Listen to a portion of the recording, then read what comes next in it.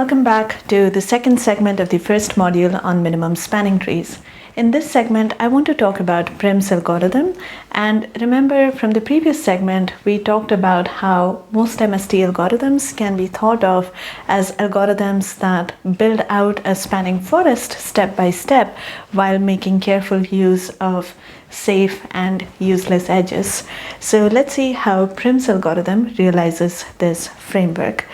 To begin with, we are going to start with the empty spanning forest, which is to say that the vertex set is simply the vertex set of G, and every vertex at the moment is isolated.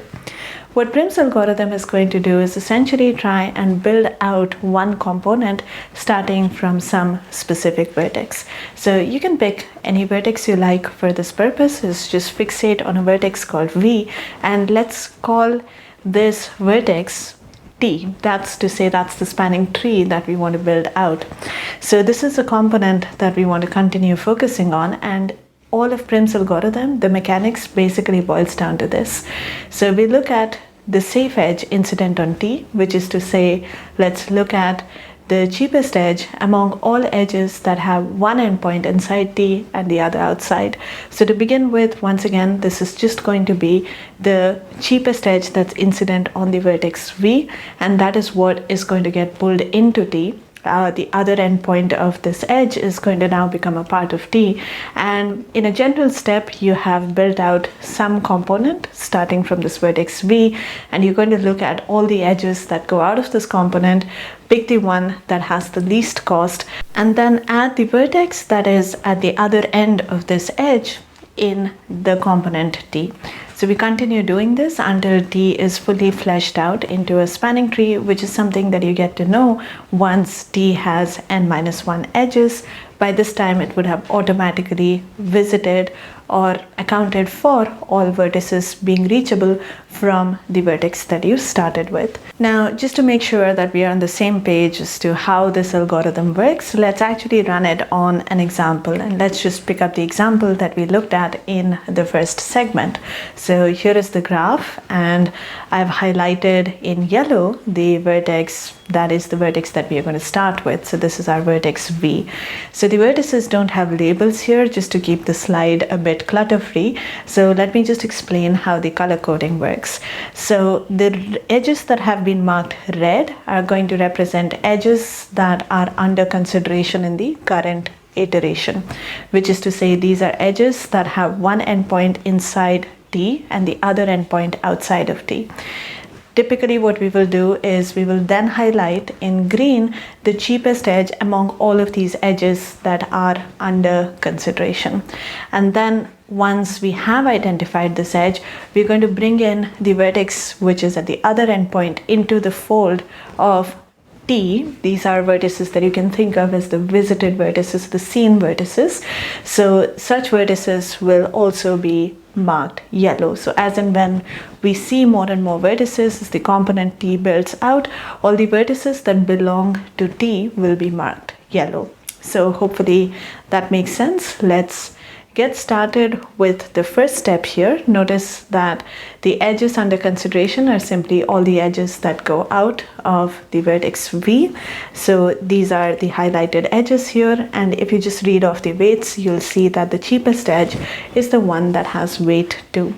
So we bring in this neighbor into the fold, and now we see if we need to expand our set of edges that have one endpoint in the visited set and the other endpoint outside, and indeed there are 3 such edges that need to be added, so these have been highlighted for you. Now once again, let's go over the edge weights of the red edges, and we see that there are 2 edges that have a weight of 3, and both of these are in competition for being the current cheapest edge. At this point, I'm going to break the tie by picking the edge at the bottom and incorporating this vertex into the fold. Now, notice that one of these red edges became yellow because this red edge is now no longer an edge that has one endpoint inside T and the other outside. It has both of its endpoints inside T, so we are going to mark it yellow as well. Now let's look at all the edges that are crossing T, so there's one more that needs to be added. And once again, if you evaluate all the edge weights, you'll see that now we have this other edge with a weight of 3 being the winner here, so that brings in this vertex. And once again, we have more edges that cross now, at least one more, and this new edge is in fact the edge which has the smallest cost that is currently crossing, so we use that to bring in this vertex into T. And now we have a few more edges that cross the cut, and among these edges, among all the red edges right now, you can see that the next cheapest edge that gets chosen is the edge with a weight of 2. There is no contention here. It is the cheapest edge, and it brings in this vertex. And now you have all of these edges crossing the cut, and now in fact we have 2 edges that are both cheapest from the component T, and we pick one of them, this one that is closer to the center. This brings in the vertex that is the center of your screen into the component T, and it also adds one edge to the cut. Now if you look at all the crossing edges, you see that there is an edge still of weight 2, so that's the next cheapest edge to go with. It brings in the corner vertex into the fold and adds this edge to the cut. And now among all the crossing edges, you again have a tie between the 2 edges that have a weight of 4. So let's break it by picking the vertex that's once again in the middle of this path at the bottom. This brings in this vertex into T. And at this point, you're going to have this edge crossing the cut, which would be in fact also the minimum edge for the current cut, and that's how the last vertex gets incorporated into your spanning tree. Now you could try to rerun this simulation here by breaking ties differently, and you'll see that you will end up with a different structure for the set of edges that witnessed the incorporation of vertices. So by the way, all of these edges that are marked green, which were the edges that triggered the incorporation of the next vertex, these trees very naturally form a spanning tree, and this is in fact the minimum spanning tree that is returned by Prim's algorithm. And as I said, if you had broken the ties differently, you will end up with different tree structures, but notice that all of them will in fact have the same cost. It should be easy for you to believe that the set of edges that you get at the end is spanning and it's a tree. I think these are fairly intuitive properties of the set of edges that you finally get your hands on. But what is quite a bit more non-trivial is the fact that this is in fact the best you can do. So for example, if you add up the costs here, I think it'll amount to 25, but it's not trivial even for this example to convince yourself that this is the best that you can hope for. You can do a little bit of trial and error and just try and see if you can improve on this, but assuming that I've not made any mistakes in the simulation, this is going to be guaranteed to be the best that you can hope for because of the proof of correctness of Prim's algorithm. So this is a good point to remind you once again that in case you haven't seen this proof before, although we won't be discussing it here, there are a number of pointers where you can find out more if you're so inclined. So please do check either the course website or the description of this video for more. Now in the meantime, let's move on to the implementation of the ideas that we have discussed here. Notice that we are repeatedly finding the minimum cost edge incident to some component. So it's intuitive that priority queues come in somewhere in the picture. And notice that in spirit, this does seem to follow a very Dijkstra-like pattern where we are constantly evolving some collection of visited vertices. But unlike Dijkstra, we don't really have to relax any edges or update the weights. So we don't have to worry about the fact that in particular the C++ priority queue interface does not offer us a way to update the values of the keys. It doesn't matter here because we'll never need to. So we're going to use a priority queue to store the edge weights, and we're just going to carefully try and understand what are the edges that are incident on the component T as we go along. So let's take a look at the code here. So this is just an initialization of a taken array or a visited array. This just keeps track of which vertices have been visited so far by the algorithm. So this array is basically the information about the yellow vertices from the previous simulation. So initially you could say that nothing is visited, and you could start things off by saying that the first vertex is visited. So in this case, the first vertex is indexed by 0, and we just said taken of 0 to 1 to indicate that the story has in fact started. Now I just want to initialize also the priority queue with the values of the edges that are incident to this first or source vertex. So let me just go over all the neighbors of the vertex 0. That's what's happening in AL of 0. By the way, I should mention that we are just storing all the information about the graph as an adjacency list, because that's just something that happens to be convenient for this. So we're just going to do the standard thing of visiting all the neighbors of the vertex 0 and loading up the weights of the corresponding edges into a priority queue, which has been initialized just before this code snippet. Just make sure to initialize the priority queue so that it acts as a min heap and not as a max heap, which is the C++ default. Do make sure to take a look at the whole code in the official repository to look at the surrounding details of the initializations and so on, especially if you're not sure about how to set it up so that it's a min heap instead of a max heap. Alright, so now that we are done with the first elements in the priority queue, let's do a little more initialization. So we have the variables MST cost and then the variable num taken, both initialized to 0. MST cost is pretty self-explanatory. It's going to store the cost of the solution. The variable num taken is going to keep track of how many edges are in the spanning tree so far.